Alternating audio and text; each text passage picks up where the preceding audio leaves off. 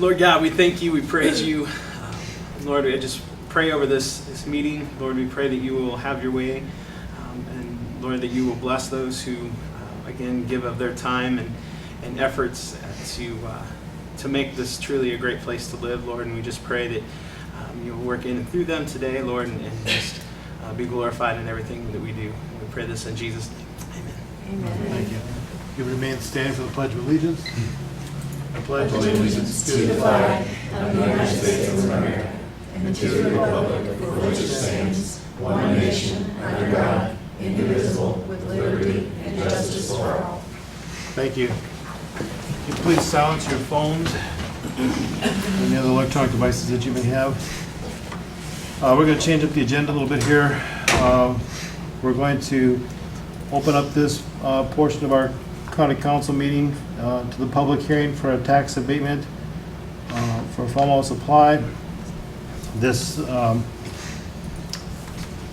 tax abatement will be for 4 years, with the schedule being following: 80% in the first year, 60% the second year, 40% the third year, and 20% the final year. And it is for basically for adding equipment, metal grain bins, spouting, conveyors, and 1.4 million bushels of grain storage is what it will be able to, is what it's adding to it. So I'm opening up this portion to the public. At this point, is there anybody from the public that would like to comment or ask any questions about this? Nick, would you like to share anything in regards to your project? The cost that I have on the SD one is run a little higher. We have to over-excavate because the soil is so good for farming.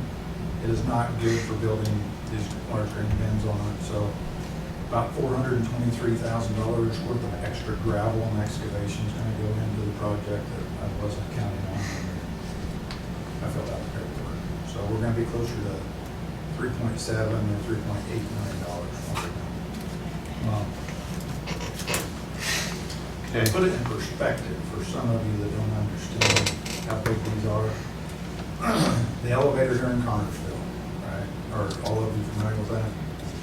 We're essentially building that again. Mike, should we have him at the mic? Yeah. Could you go to the mic, please? Sure. Thank you. So if you're not familiar with Consolidated Grading Barge, which I don't own, we are essentially building another elevator that size out at Falmouth, Indiana. Okay. I own about 10 acres around the existing property, which is about 5.5 acres today. So some of these bins will go on that new property. So this is grain that I'm already purchasing today on a normal daily basis. You know, I'm able to buy this much in the fall. It's just, I'm going to be able to store it longer, be able to condition it better, service my customers better, because the farmers have all gotten so much better at growing a crop than we can handle the crop. So they're able to harvest it faster than I can handle it. I can't get rid of it. There's not enough truckers in our community. There's just not enough storage. So this will more than double the capacity of all of my elevators today. So this is a significant investment for our business. And you're building up at the Falmouth site? Yeah, at the Falmouth site. Yep. Okay. That's the kind of the headquarters. That's the main office. I didn't know if you were talking about Glenwood at all. Yeah, I'm going to do something to Glenwood. That'll be the next project, but I've got to get this one under my belt here first. So, 41 years old, $3.5 million to $3.8 million is a lot of money. So, Yes, it is. You guys have any questions for Nick? you're all welcome to ask all that you want.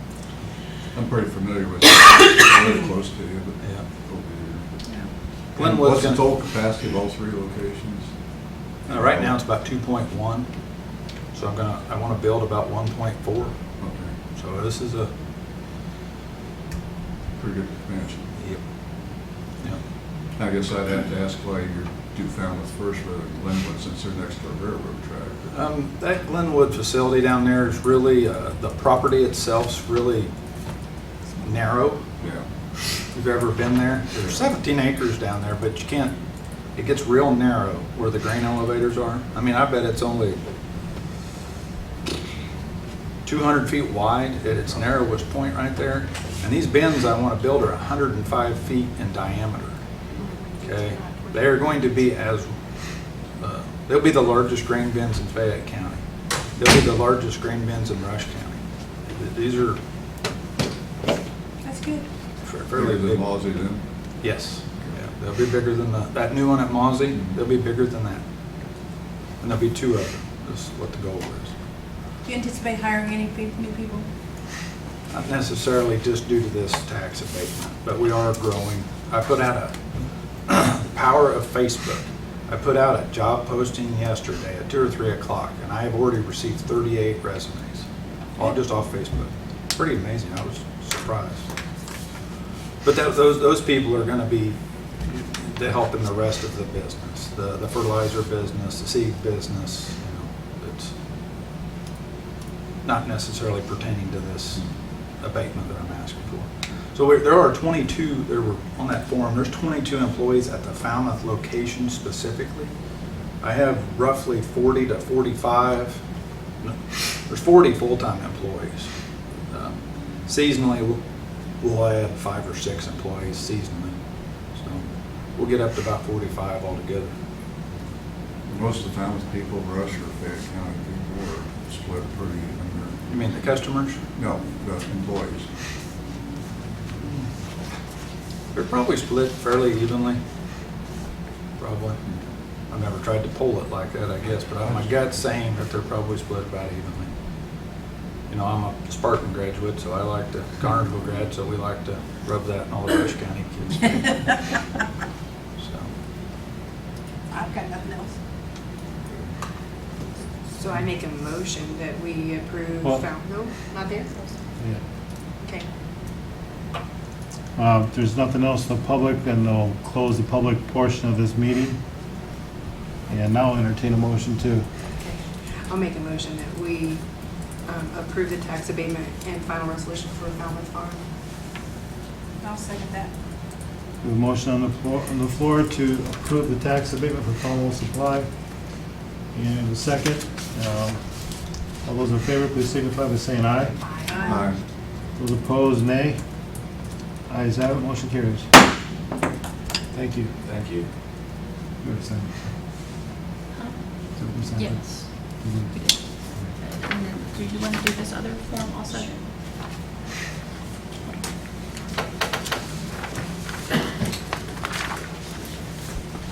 Falmouth Farm Supply had an abatement that started 5 years ago. This is the last year of that abatement. We also have a resolution for a statement of benefits of compliance. This, as you can hear what Nick said, they have well exceeded everything they said they were going to do, well far beyond what they promised. So annually, it's just required they fill out a form called a CF1 that was sent back to the office in time, in a timely manner. And so I just ask that you approve the next resolution for their statement of benefits compliance.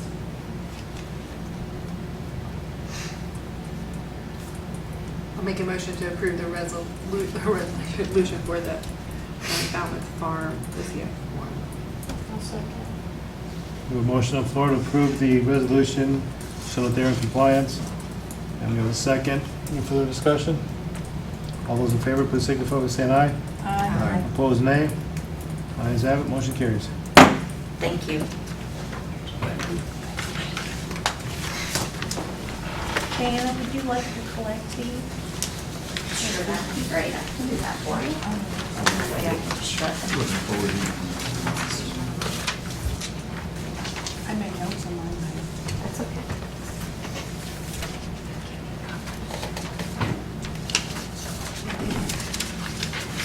But you'll shred it. Thank you. Now we'll get back to the regularly scheduled portion of our meeting. Minutes. Has everybody had an opportunity to read and go through the minutes from our June 4th regular meeting and our June 18th special meeting? Are there any additions or corrections that need to be made? If not, is there a motion to approve? So moved. Second? Second. We have a motion to approve the minutes from our June 4th regular meeting and our June 18th special meeting. All those in favor, please signify by saying aye. Aye. Opposed, nay. Ayes have it, motion carries. I'll send these down for signatures.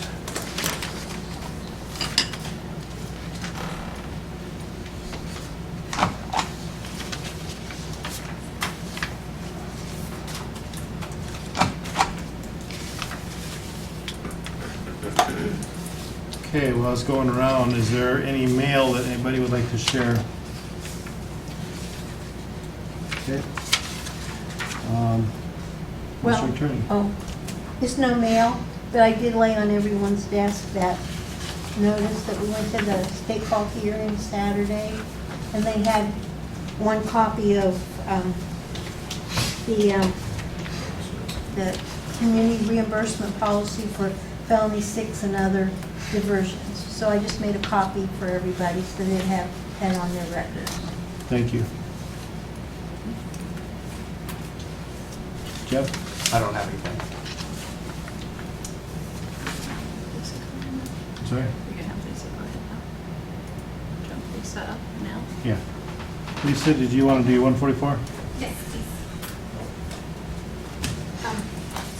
I'm just here for 144. Had an employee leave. She took a better paying job and I need to replace her. So I'm asking to replace Amy Wise with Melissa Orshell.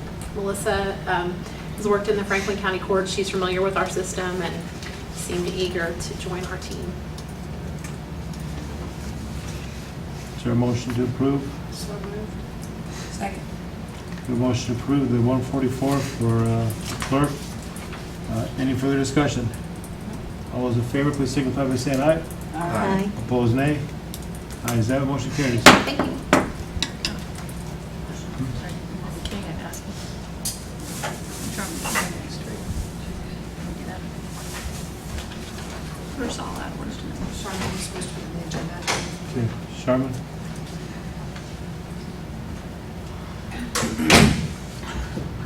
Okay, so my name's Charmin Gabbard, and I'm currently working with Family Services and Prevention Programs. And we were awarded a grant. It's a health disparities grant. Currently, Fayette County is ranked #1 in the state for health disparities. We're losing residents between the ages of 35 to 55 at a higher rate than any other area in the state. #1 cause is drug poisoning, #2 is suicide. So throughout this grant, it's given us room to bring education into the community on trauma-informed care and the language that we use when we talk about individuals with substance use disorders. So you can see that Kay and Holly are wearing shirts and like mine, and this is the image. We have 6 billboards up right now in the county, and the language that we're so used to using and the stigma that's attached to it, like we know that when someone's called a junkie, we automatically have this image in our head that they're not as important or as equal to. And so when we look at the language and start addressing people for what they are, they're human beings. Every person with a substance use disorder is somebody's mother, son, father, daughter, child, something. And if we stop using the negative connotations, then and we start like saying substance use disorder, then it leaves room to treat people with dignity and to help provide them with more treatment and the tools that's needed to help them recover. I know, like, for many years we've tried to arrest our way out of this, and it's just not working. What we've seen is the recidivism rates go higher. We've got like the numbers where we've just lost multiple lives, and it's not just people out of poverty that we're losing, it's people from all walks of life. So we're really excited about this. We are, there's an opportunity for us to do mental health first aid with all of the city police department. And so that training is going to be taking place in August and September. And then when we started talking about this, Holly came up with the idea of how to reach the most people through this project. And August 23rd, we are bringing in 2 really well-known Christian bands, Building 429, Stars Go Dim. We're having a local band play as well, but we're bringing in a woman that's known to be one of the most recognizable trauma-informed care speakers in the United States. So she will be sharing her story that evening as well at Calvary. We've made the tickets like $10 so that they are affordable. And then the morning of, we have rented the expo hall from 9 to 11, and we're going to open that up to really anyone in the community, but the focus is on professionals, and CEUs will be offered as well. We have partnered with Vala Vista to help offer that. So from 9 to 11, she will be talking about how people are re-traumatized in the, like through mental health or through incarceration. And so, like, it's just another educational piece that we'll have to help people understand more about the trauma, because not everyone even recognizes why someone has a substance use disorder. Almost everyone does have a mental health issue that does have a substance use disorder. So hopefully with this training and with the focus on the language that we use, then I read this quote the other day: if you care for something, you call it a flower. If you want to kill something, you call it a weed. So hopefully we can just focus on the language that we use to help more people. I've been traveling with Charmin yesterday. I think one of the big things that for us to hear is that 35 to 55-year-olds die younger here than anywhere else in the state.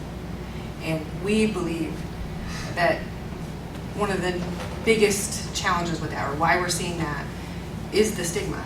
If we want people to get help, we have to start really being conscientious about the words that we're using. We want families to feel like that they're not isolated, and we want people who are in trouble to know that we want to help them and that there's support available.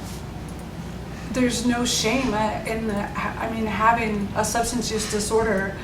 The problem is staying that way. Help is available, but they have to know what's available. So it's more about, helping people find those tools that's necessary to recover, and that's what we want to do. 72,000 people died last year in the United States from opioid overdose. That's only from opioid overdose. That's a whole football stadium full of people that we lost in 2017. It wasn't last year. It's way too many, way too many. I just want to add that there's science behind reducing the stigma. It has been proven with data that it does work. So it's not just some willy-nilly idea. Reducing stigma does work according to the data. Thank you. I want to thank you, Charmin, for coming here and speaking. I know that you've done a lot of work for yourself to get to where you are today, and I applaud you for your efforts. Thank you so much.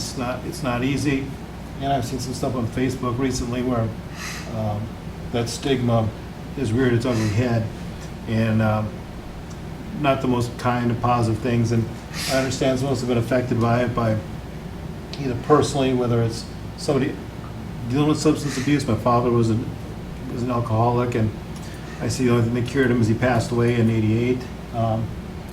My aunt was an addict with drugs and stuff, and she had a hard time, and she got clean. And those people that you're making comments about, that's somebody's child, that's somebody's son, daughter, grandmother,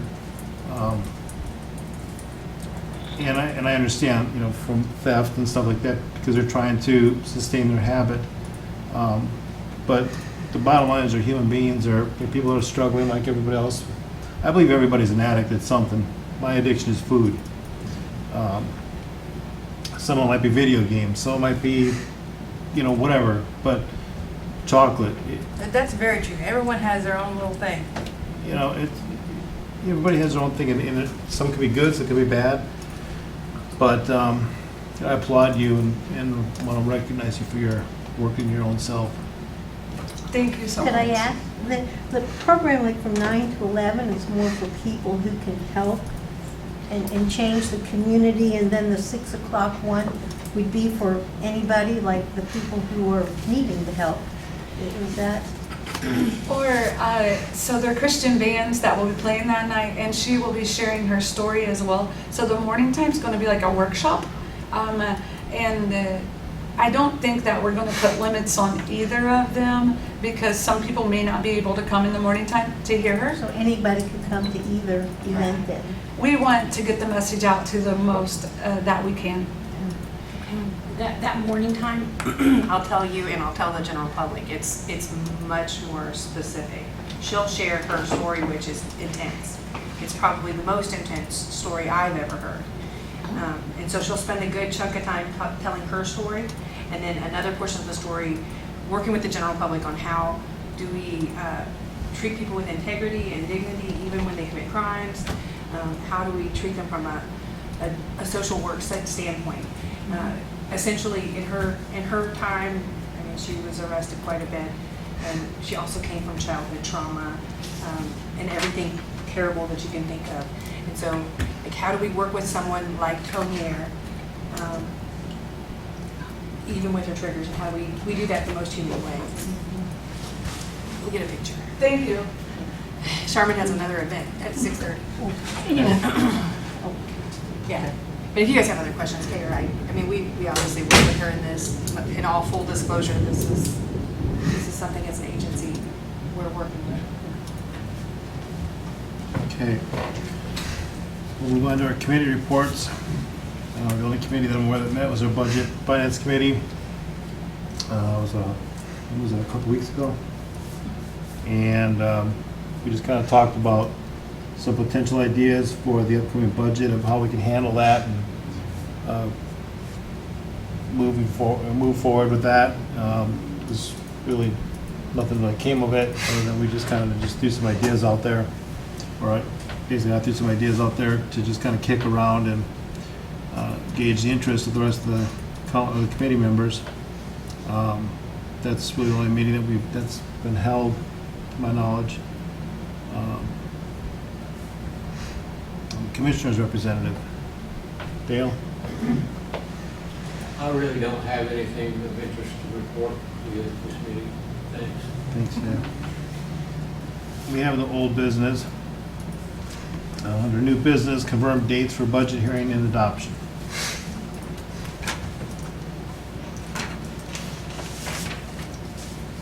And August the 6th for our hearings to start. Now, that is a regular, like a commissioner and council meeting day, so if we started on that day, we could only go like up till 2 o'clock. Okay. We had a problem last year too. Did we hold it the week later, or started on Wednesday? Maybe started on Wednesday. We started on Wednesday. What about Monday? I mean, I'm just throwing out there just because if we usually do a second day, and so if we were already here before that commissioner time. I mean, that's just a thought, like, not. Well, the reason that the second day is shorter is because we wrap up for the commissioners, and it takes longer with them, so. Okay. Wednesday? Yeah. That's what we had in our possible dates, was August 7th. Right. So on August 7th, work, start at 9 a.m. Yep.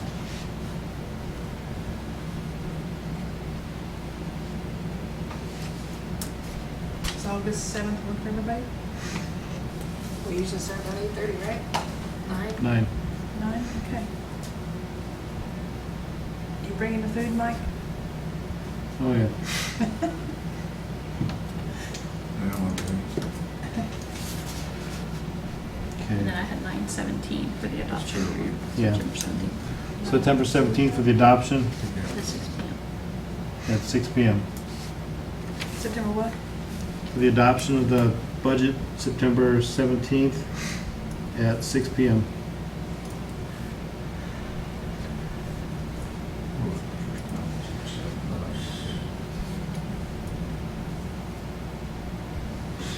Does that work with everybody? Okay.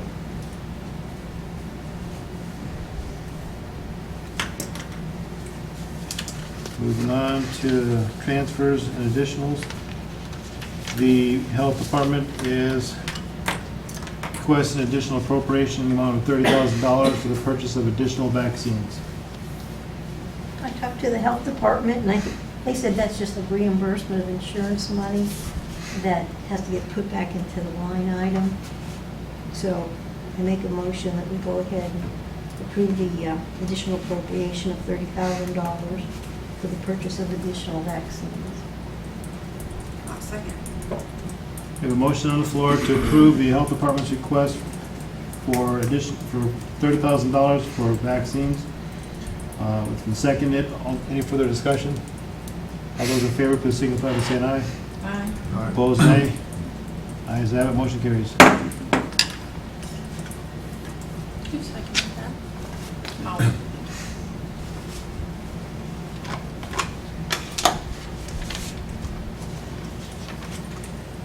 Okay. Are there any patron concerns? I'd like to say one thing, as a patron and as a volunteer firefighter out in Posey Township, and as the councilman for that area to the public, we appreciate so much everybody that showed up this Sunday and Monday after the tornado hit out there. We had such a good crowd, had so much to pick up, 200 and 300 yards away from the church out in cornfield and a soybean field, and we had a contractor from Milroy and a few other ones come up there with skid steers and stuff to help load stuff up, and it was from morning till night type job, but we got it pretty well done by the end of Monday. And so I just want to thank everybody who came out on their own accord, because we needed it. Thank you for sharing that. Anything else? If not, entertain a motion to adjourn. She's saying, sorry, I just thought of something that Commissioner Strong shared this morning. If people didn't know, our former councilman, Ronnie Cox, passed away this morning. Oh, no, I didn't know that.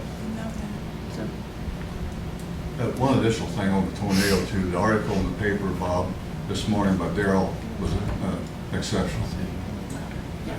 I think I started that conversation, and it's been, unfortunately, that situation ever since I've lived out there. We always get the warnings out of Wilmington anywhere from 5 to 15 minutes after the storm's gone through our area. So we watch Indianapolis radar if it's coming, rather than listen to them. So It was in the paper today. That was in the paper today. yeah, well, Once again, in case you didn't hear, former Councilman Ronnie Cox passed away today. This morning. Early this morning. He was dealing with cancer, I believe, or Yeah. yeah. Yeah, yes, he was. so it's unfortunate. So please keep his family in your prayers, and just share offer our condolences and thanks to him for his service to the community. Is there a motion to adjourn? So moved. Second? Motion to adjourn. All those in favor, please signify by saying aye. Aye. Meeting adjourned.